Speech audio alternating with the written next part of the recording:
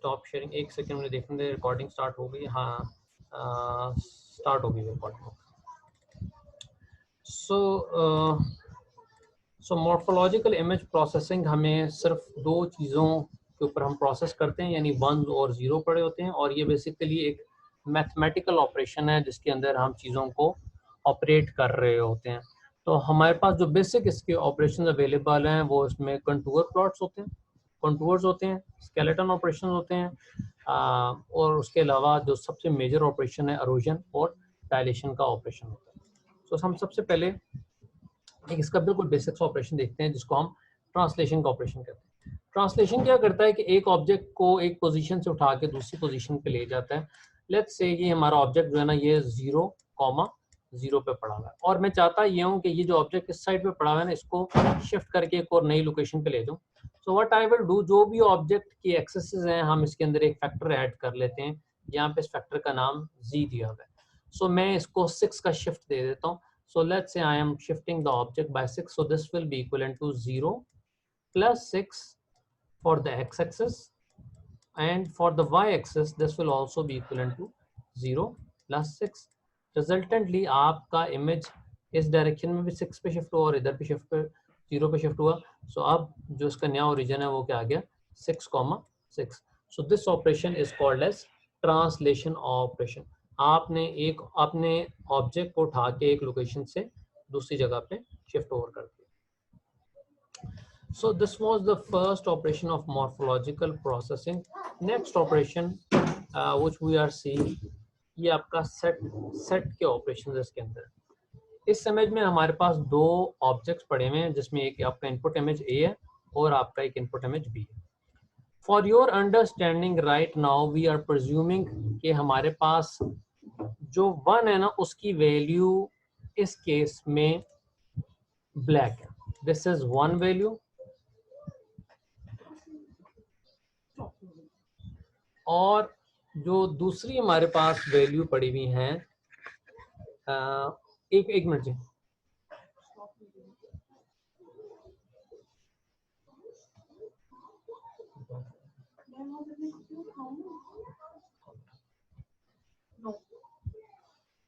एक सेकंड, अच्छा उठा वीडियो ऑन करें।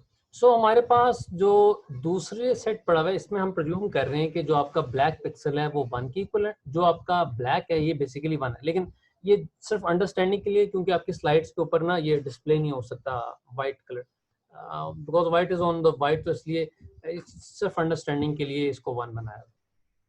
सो पहला ऑपरेशन हम देखते हैं which is A union B. इसका मतलब है कि आप दोनों पिक्चर्स का यूनियन लेते हैं, जहां जहां पे 1 है वो इसमें भी 1 इस पिक्चर में शिफ्ट हो जाएंगे, अगर बी में 1 है वो दोनों इसमें कंबाइन हो जाएंगे।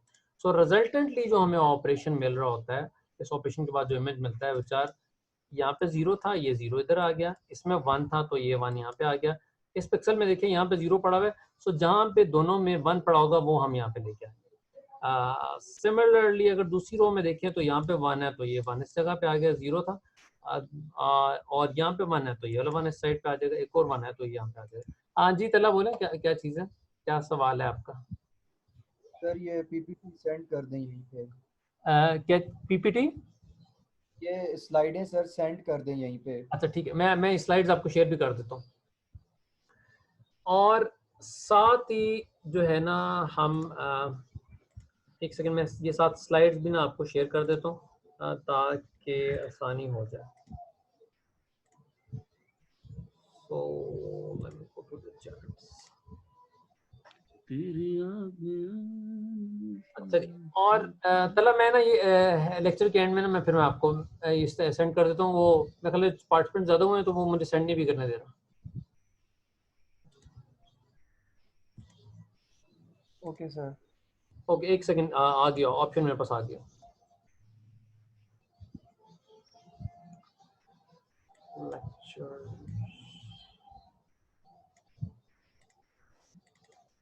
ये मैंने आपको स्लाइड सेंड कर दी है, 1.9 MB की है, hopefully this will be with you.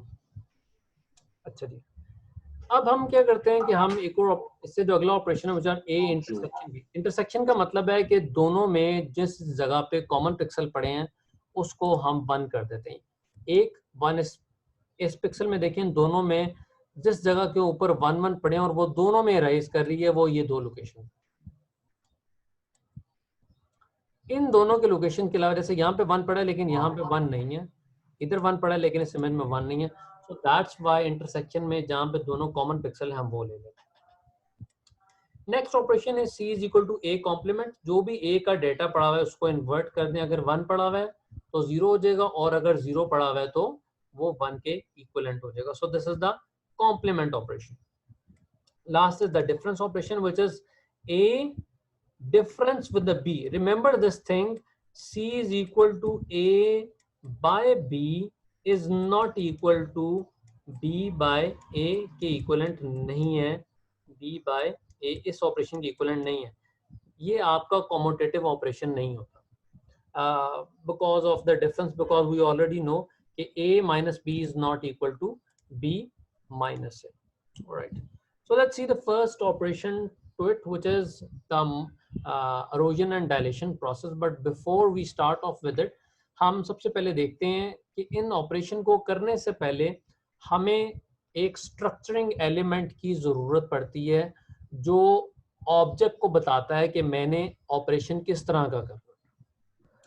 So structuring element आपके केस में एक 2 डायमेंशनल ऑब्जेक्ट होता है।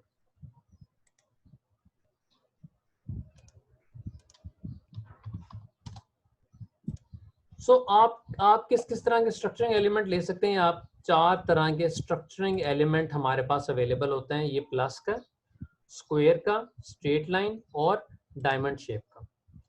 Other than these structuring element, अगर आप कोई भी और स्ट्रक्चरिंग एलिमेंट लेना चाहें तो उसका सबसेट होता है। फॉर एग्जांपल ट्रायंगल, वो इसका एक सबसेट है इस डायमंड शेप का। सर्कल हम इसमें परफेक्टली नहीं क्रिएट कर सकते, तो ये जो डायमंड शेप है ये आपके पास सर्कल की शेप को ही के इक्विवेलेंट होती है।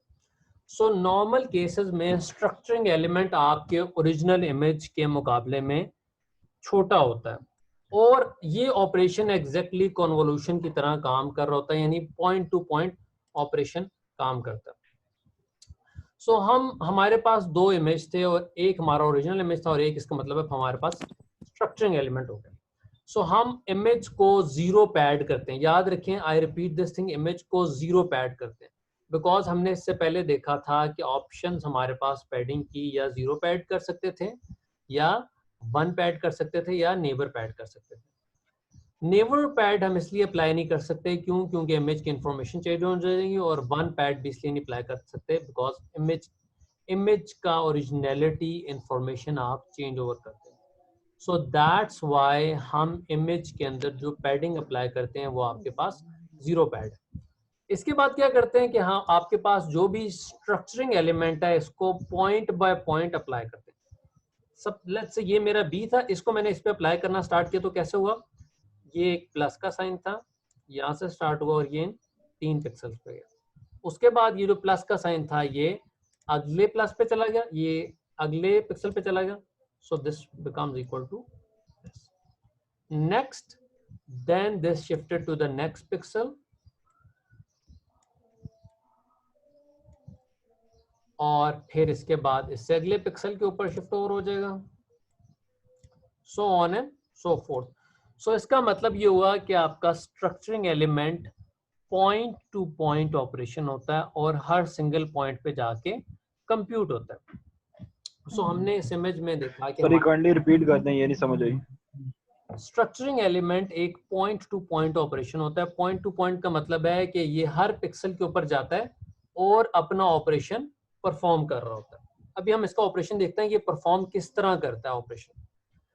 जस्ट फॉर बेसिक अंडरस्टैंडिंग, अभी हमने देखा कि ये प्लस था और इसको हमने जब इस ओरिजिनल इमेज पे अप्लाई किया तो ये हमारे पास शेप ऑब्टेन होगी, जो आपको राइट साइड वाली शेप नजर आ रही है। ये जो ऑपरेशन है ना, इस ऑपरेशन को हम कहते हैं ये आपका एरोजन का ऑपरेशन है जो ये अप्लाई हुआ है। मैथमेटिकली एरोजन कैसे होता है, let's look at that. But before we go ahead, erosion से हम कुछ चीजें देख लेते हैं। एरोजन से क्या हुआ, एक तो आपको ऑब्जेक्ट की शेप एज इट इज होती है, शेप में कोई भी चेंज नहीं आता, और सेकंड चीज, आपके पास original image original shape, original और ओरिजिनल इमेज का और रिजल्टेंट का क्या डिफरेंस आता है? जो आपका रिजल्टेंट होता है उसका साइज स्मॉल हो जाता है, यानी श्रिंक हो जाता है. So this is the first operation which we are seeing is your erosion. So erosion आपके पास इमेज को श्रिंक कर देता है और साथ ही शेप में चेंज नहीं आता. लेट्स से अगर मैंने कहीं पे C लिखा हुआ है ना, तो C ये मेरे पास ओरिजिनली E लिखा हुआ था, इस तरह का E लिखा हुआ था, और मैंने इस इमेज के ऊपर erosion अप्लाई किया. तो erosion अप्लाई करने से इस E का मीनिंग चेंज नहीं होगा, बल्कि इसके एलिमेंट छोटे हो जाएंगे. पहले ये मोटा मोटा ई था, अब ये बारीक से एलिमेंट आ जाएगा, but this E will remain the way it was original. Mathematically erosion को हम रिप्रेजेंट करते हैं इस माइनस के सिंबल के साथ.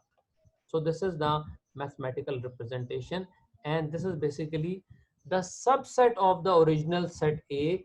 ये ए का एक ओरिजिनल सबसेट होता है. और याद रखें कि जो आपके पास इरोजन होती है, इसकी वजह से आपको कभी भी एम्प्टी सेट नहीं मिलता, यानी ए का कॉम्प्लीमेंट कभी भी एम्प्टी नहीं होता. और सबसे सबसे जो बड़ा इरोजन को अगर आपने जल्दी याद करना है, तो उसका की पॉइंट ये है कि जो आपका फोरग्राउंड में ऑब्जेक्ट पड़े हुए हैं उनका साइज छोटा हो जाता है और बैकग्राउंड का साइज बड़ा हो जाता है. यानी अगर किसी इमेज पे छोटी छोटी नॉइजेस पड़ी हैं और मैंने उसको ठीक करना है, तो मैं उसके ऊपर इरोजन का ऑपरेशन अप्लाई कर देता हूं. इससे क्या होता है कि मेरे पास जो इनपुट इमेज पड़ा है उसकी नॉइज जो है ना वो एलिमिनेट हो जाती है. क्यों? क्योंकि मैंने अपने ओरिजिनल इमेज को श्रिंक किया. सो मैथमेटिकली कैसे इरोजन को अप्लाई करते हैं? ये मेरा एक स्ट्रक्चरिंग एलिमेंट था, एक स्ट्रेट लाइन का था. मैंने स्ट्रेट लाइन एलिमेंट को इस इमेज पे अप्लाई किया और ये प्लस ये पॉइंट टू पॉइंट ऑपरेशन था. So how this is done? 1 is ended with 1, resultant is 1. 1 is ended with 0, resultant is 0. 1 is ended with 0, resultant is 0. और इन सब का आपस में एंड लिया तो हमें रिजल्टेंट क्या मिला? 0. सो दैट्स व्हाई हमने यहाँ पे 0 लिख दिया. I repeat this again. इसके बाद हमने स्ट्रक्चरिंग एलिमेंट को एक दफा शिफ्ट किया, अगले पिक्सल पे गए. 2 is ended with 1, resultant is 0. 1 is ended with 0, resultant is 0. 1 is ended with 1, resultant is 1. इन सब का आपस में एंड लिया तो रिजल्टेंट आपको 0 मिल गया. So that's why you have a 0. एक और पिक्सल पे देखते हैं, उसमें भी सेम यही रिजल्ट आ रहा है. 1 is ended with 0, output is 0. 1 is ended with 1, output is 1. 1 is ended with 1, output is 1. और साथ ही सबका आपस में एंड लिया तो रिजल्टेंट आपको 0 मिला. So that's why you have a 0 element. एक और पिक्सल शिफ्ट किया. 1 is ended with 1, output is 1. 1 is ended with 1, output is 1. 1 is ended with 1, output is 1. और इन सबका आपस में एंड लिया तो आपको रिजल्टेंट 1 मिला. सो इसका मतलब ये हुआ कि आपका इरोजन तब 1 दे रहा होता है जब सारे पिक्सल 1 के इक्विवेलेंट होते हैं. अदर देन दैट अगर एक भी पिक्सल इसमें 0 का आ जाए तो उसमें आउटपुट आपको 0 के मिल रही होती है. सो एक रियल लाइफ एग्जांपल कुछ देखते हैं. ये एक आईसी थी जिसका हमने एक्सरे लिया और आईसी के अंदर ये लीड फ्रेम्स थे और सेंटर में आईसी की डाई थी जिसके ऊपर हमने इरोजन का ऑपरेशन अप्लाई किया. सो मैंने सबसे पहले ओरिजिनल आईसी का जो इमेज था वो था 486 बाय 486 और इस पे सबसे पहले 11x11 का स्ट्रक्चरिंग एलिमेंट अप्लाई किया. जब मैंने ये स्ट्रक्चरिंग एलिमेंट अप्लाई किया तो ये जो आईसी के अंदर बॉन्ड वायर देख रहे हैं ना, यहाँ पे ये छोटी छोटी वायर्स थी, ये ओरिजिनल ये वाली वायर्स, ये इसमें से एलिमिनेट हो गई. और इन साइड वाली जो चीजें इनको हम लीड फ्रेम कहते हैं, इसका साइज भी छोटा हो गया और सेंटर एलिमेंट का भी साइज छोटा. अब हमने क्या किया, इसके बाद स्ट्रक्चरिंग एलिमेंट का साइज अब बढ़ा दिया. 11x11 से 15x15 का साइज कर दिया. सो इसकी वजह से मेरे पास जो इवन मोटी वायर्स भी आ रही थी वो भी इसमें से एलिमिनेट हो गई. और थर्ड टाइम हमने 45x45 का इसमें स्ट्रक्चरिंग एलिमेंट अप्लाई किया. इससे रिजल्टेंट क्या हुआ, आपका लीड फ्रेम की जितनी वायर्स थी वो भी एलिमिनेट होगी और सेंटर डाई का साइज भी छोटा हो गया. So this was the effect of the erosion operation. अगर किसी का यहाँ से सवाल है तो please ask me. Alright, let's go ahead with the next operation.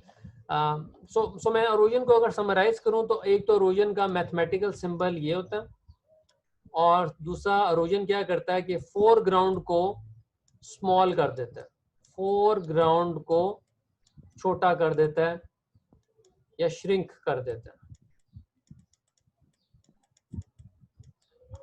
सो ये आपका erosion का factor. Let's see the dilation. Dilation is exactly an opposite operation of the erosion।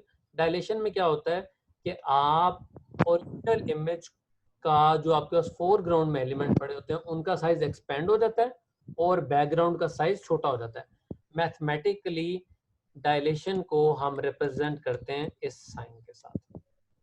ये एक्सक्लूसिव और का भी साइन है। सो हमने ये देखिए एक ओरिजिनल इमेज था ए, इसके ऊपर हमने ये एक डायलेशन का ऑपरेशन अप्लाई किया, ये इमेज के फैक्टर्स पे अप्लाई किया, तो इससे क्या हुआ कि आपका ओरिजिनल इमेज का और इसका साइज बड़ा हो गया। सो डायलेशन क्या करता है कि जो भी ऑब्जेक्ट्स आपके पास इमेज में गिवन होते हैं उनका साइज इंक्रीज कर देता है। Let's see it mathematically. थोड़ा सा मैथमेटिकली इसमें डिफरेंस ये है कि डायलेशन के अंदर हम जो लास्ट ऑपरेशन अप्लाई करते हैं वो हम और का ऑपरेशन अप्लाई करते हैं। इससे पहले हम किस तरह इसको कर रहे थे, 1 is ended with 1, output is 1, 1 is ended with 0, output is 0, 1 is ended with 0, output is 0। और पहले हम यहाँ पे एंड अप्लाई करते थे, अब यहाँ पे और अप्लाई करते हैं। सो एक भी एलिमेंट अगर इनमें से 1 हुआ तो आउटपुट में 1 आ गया। इसको एक दफा शिफ्ट किया, 0 is ended with 1, output is 0, 1 is ended with 0, output is 0, 1 is ended with 0, output is 0, और आपस में इनका इंटरनली दोबारा से एंड लिया, आउटपुट इज आपस में और लिया, आउटपुट इज 0। फिर हमने क्या किया कि दोबारा से ऑपरेशन अप्लाई किया, 0 is ended with 1, output is 1, output is 0, 1 is ended with 0, output is 0, 1 is ended with 1, output is 1, और इंटरनली इनका दोबारा आपस में और लिया तो 1 आ गया। और फिर हम इसको दोबारा एक और पिक्सल शिफ्ट करते हैं, सो ऑन एंड सो फोर्थ, तो आप हर पिक्सल पे इसको कंप्यूट कर लेते हैं। सो हुआ ये कि डायलेशन से अगर आपका एक भी पिक्सल 1 के इक्विवेलेंट है तो आपकी आउटपुट पे जो पिक्सल मिलेगा वो 1 मिलेगा। और इरोजन में क्या था कि आपके सारे एलिमेंट्स को 1 होंगे तो आउटपुट में 1 मिलेगा, अगर एक भी पिक्सल 0 हो गया तो सारे आउटपुट 0 हो गए। सो ये मेरे पास एक इनपुट इमेज है जिसके ऊपर मैंने डायलेशन का स्ट्रक्चरिंग एलिमेंट अप्लाई किया। जब मैंने स्ट्रक्चरिंग एलिमेंट अप्लाई किया तो इस इमेज का साइज इंक्रीज किया और ये दोनों ऑब्जेक्ट आपस में एक दूसरे के साथ ज्वाइन हो गए। So now next we see two more operations which are opening and closing. ये ओपनिंग और क्लोजिंग एग्जैक्टली आपके पास ओरिजिन और डायलेशन की तरह है, बस डिफरेंस ये है कि ओपनिंग में आप पहले ओरिजिन अप्लाई करते हैं और फिर उसके बाद डायलेशन अप्लाई करते हैं। और दूसरा बात ये कि अगर आप इस ऑपरेशन को बार बार भी अप्लाई करते रहें तो इमेज पे कोई फर्क नहीं पड़ेगा। क्यों?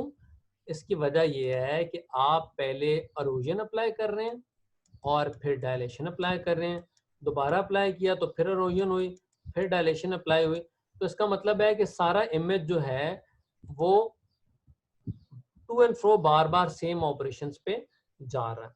सो आप अगर इसे टू एंड फ्रो बार बार करें तो इमेज पे कोई फर्क नहीं पड़ता। सेकेंडली, जिस जगह के ऊपर मेरा ऑब्जेक्ट नहीं जा पाता, मेरा स्ट्रक्चरिंग एलिमेंट रीच नहीं होता, उस रीजन को हम 0 के इक्विवेलेंट कर देते हैं। Let's see that. एक रियल लाइफ इमेज लेते हैं और उसके ऊपर इस ऑपरेशंस को अप्लाई करते हैं।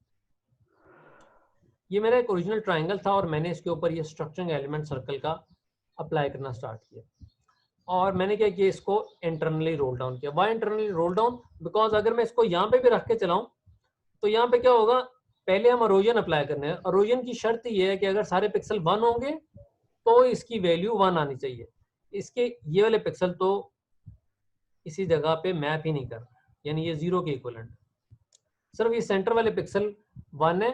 सो इसकी वजह से हम टॉप वाली जगह को छोड़ देते हैं और इसलिए मेरा जो स्ट्रक्चरिंग एलिमेंट है वो वहां पे रीच नहीं कर पाता। सो मैंने इस ऑब्जेक्ट को बारी बारी इसके इंटरनल रोल किया। सो जिस जगह पे मेरा स्ट्रक्चरिंग एलिमेंट नहीं पहुंचा उस जगह को मैंने 0 कर दिया और जिस जगह पे स्ट्रक्चरिंग एलिमेंट पहुंचा था वो 1 कर दिया। सो रिजल्टेंटली हमें ये शेप मिल गई जो ट्राइंगल था। इसकी वजह से आपको एक स्मूदर रोल आउट या एक स्मूथ कोनिकल ट्राइंगल शेप आपको अक्वायर होगी। मैंने एक और जो मैंने पहले इमेज लिया था, मैं सिमिलर मेरे पास सेम वो इमेज है। मैंने इस इमेज के ऊपर इस दफ़ा जो ऑपरेशन अप्लाई किया है वो मैंने ओपनिंग का किया। ओपनिंग में पहले हमने इस पर एरोजन अप्लाई की और उसके बाद डायलेशन अप्लाई की। सो रिजल्टेंट मेरे पास ये डायमंड लाइक शेप थी, ये चेंज होगी, ये इस तरह की शेप में कन्वर्ट हो गई, स्ट्रेट फॉर्म में कन्वर्ट हो गई। So this was the opening operation of an image। और इसकी एक बड़ी इंटरेस्टिंग सी एग्जांपल ये है कि मेरे पास माचिस की तीलियां और एक बॉल्स पड़े हुए एक सर्कल एक ही इमेज के अंदर। मैं चाहता ये हूँ कि इस इमेज में से सिर्फ बॉल्स को अलग कर लूँ। सो मैं क्या करूँगा, जो मेरा स्ट्रक्चरिंग एलिमेंट है वो मैं एक सर्कुलर शेप कर लूँगा। क्यों? क्योंकि जब मैं सर्कुलर एलिमेंट यहाँ पे अप्लाई करूँगा और पहला ओरिजिन का ऑपरेशन होगा तो ये दोनों चीजें, ये वाला रीजन तो कोई ला ही नहीं कर रहा। सो ये सीधे सीधे ये सारी स्टेट जो लाइंस है ये जीरो के इक्विवेलेंट हो जाएंगी। सो जब इन बॉल्स के ऊपर आएंगी तो ओरिजिन से एकदम इनका साइज छोटा हो जाएगा, लेकिन उस ऑपरेशन के बाद ये सारी माचिस की तीलियां गायब हो जाएंगी और जब दोबारा ऑपरेशन करेंगे तो ये इनका साइज इंक्रीज करेगा और ये ओरिजिनल साइज के ऊपर दोबारा से मैप हो जाएंगे। सो इस एग्जांपल के अंदर हमने जो स्ट्रक्चरिंग एलिमेंट है वो वर्टिकल एलिमेंट्स लिए। अच्छा जी, the session is about to end. Second session की भी अटेंडेंस होगी। So before I end up मैं एक दफ़ा इस सेशन की अटेंडेंस दोबारा रिकॉल कर लूँ so that I can make a record for this more option।